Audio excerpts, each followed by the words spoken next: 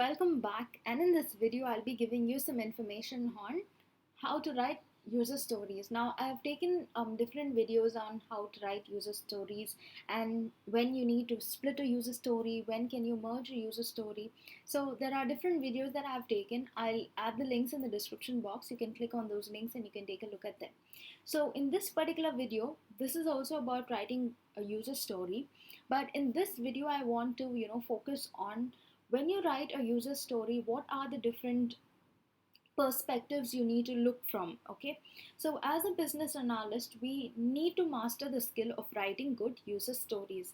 So when you write a user story, you need to think from the perspective of different personalities, okay, or of different roles. So they always say that a business analyst needs to wear multiple hats. Okay, so when you write a user story, you'll be playing the you need to wear the hat of a business analyst, where you first need to define how a particular feature needs to work. The second hat that you'll be playing is try to put yourself in the shoes or wear the hat of a QA, a quality analyst. So when you wear that hat, you would always try to think about what could go wrong, what happens if the user doesn't get to complete a particular action, which generally is the sad path. So when something works well, it's the happy path.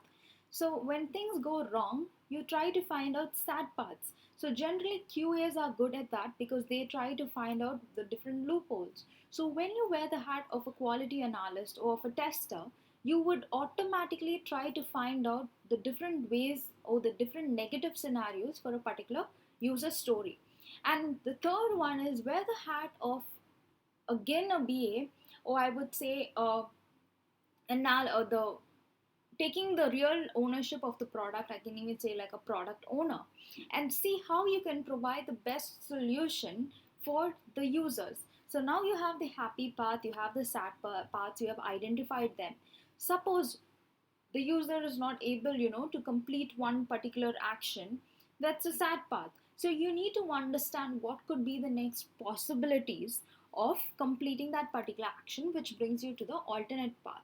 So that's something I wanted to let you know in this particular video. It's a small example that I'll be giving you of a user story, but how you can apply this mentality when you write user stories, definitely it will be a really valuable user story. So let's get into it. So I've taken an example here. So this is a user story. Okay, so as an online shopping user, I should be able to log in so that I will be able to access my shopping information. So it's a very simple user story. We are all familiar with a login functionality. But as I said, you need to first think about different aspects. Put yourself in different roles shoes, so that you'll be able to understand the different nuances of this user story. So if you see the first scenario, always think about the happy path first. So how can a user easily log in without any problem? That's the happy path. So user enters a valid username and password becomes a happy path. So here if you see, the user should be able to enter the username and password, then validate if it is correct. If the username and password are correct, then enable the login button. And then when the user selects login, the user can be navigated to the dashboard. Very happy path, user is not going to have any difficulty.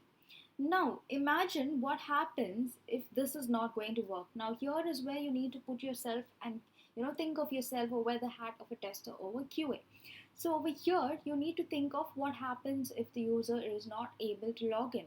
So what could be the scenario? One scenario could be the user enters an invalid username or password, or even both, less than 3 times. Okay, that is if you want to give a restriction of certain amount of failed attempts. So if it's going to be less than 3 times, then user should be able to enter the username and password. Then you need to check if it's going to be correct. If it's not correct, then you have to display the validation error and disable the login button. Now think of even a worse scenario, a very sad path. A very sad path is when the user enters the username or password more than 3 times. So now you need to check if it's going to be more than the third time. You're going to add some extra conditions over here, which is display the error message. You have more than 3 failed attempts. Please try later. And also the application should restrict the user from logging in for 30 minutes after that particular failed attempt. So this is the very sad part. Now, once you have identified two sad paths, it can be more depending upon what story you're trying to write. After you have identified the sad path, now what happens? You cannot leave the user stranded on your application. There should be some alternative where the user can, log in or find some help, etc. So at that time, think about what could be the next option. Now the user doesn't have a username and password. Without that, the user cannot log in. So what could be the extra alternate path the user can take? So the fourth scenario is the user really forgets the password. So at that time, the user should be able to access the forgot password option. Now keep in mind the forgot password, that can be a different user story altogether.